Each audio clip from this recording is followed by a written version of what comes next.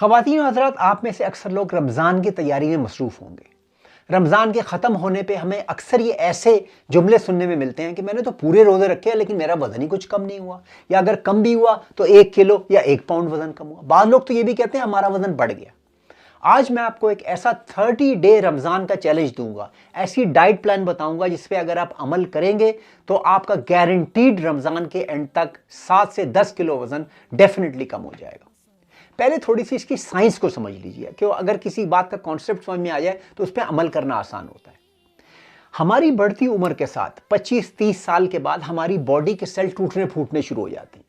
हमारी बॉडी के अंदर ऐसे दिफाई मैकेनिज्म होते हैं जो इन सेल की रिपेयर करते रहते हैं। लेकिन होता है ऐसा कि कुछ अरसे के बाद ये दिफाई मैकेनिज्म भी कम पड़ जाते हैं और हमें बहुत सारी बीमारियां लग जाती हैं, जैसे हाई ब्लड प्रेशर, डायबिटीज़, दिल के अमराज, दिमाग की कमज़ोरी और अक्सर कैंसर भी इन्हीं सेल्स के टूटने फूटने से होता है। बहुत सारे आपकी बॉडी के अंदर ऐसे मैकेनिज्म हैं जिनसे आप अपनी इम्यूनिटी को, इन दिफाई मैकेनिज्म को बोल्स्टर कर सकते हैं।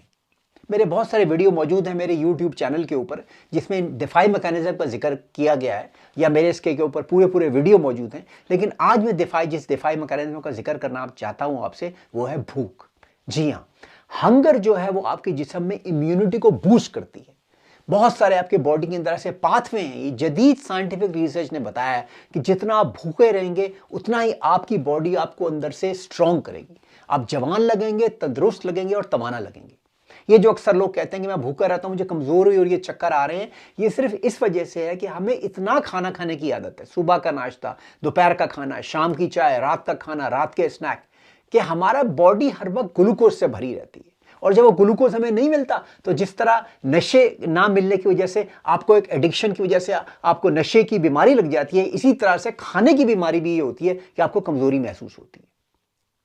तो मेरा चैलेंज आपसे ये है कि जब आप सहरी करें तो सहरी में अपनी डाइट से पराठे, हलवा पूरी, निहारी, रात का बचा हुआ सालन, चावल ये निकाल दीजिए।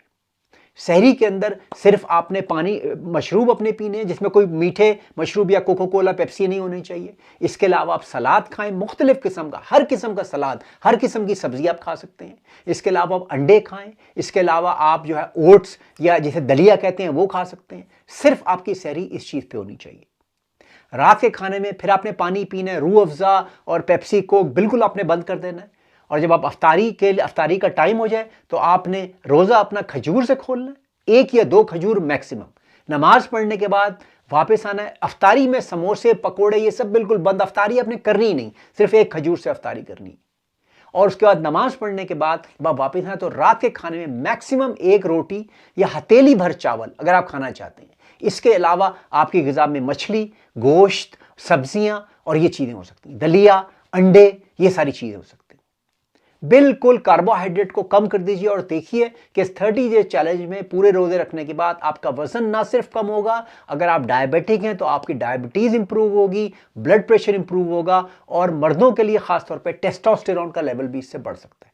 तो इस 30 डे चैलेंज पे अमल करके देखिए। Thank you.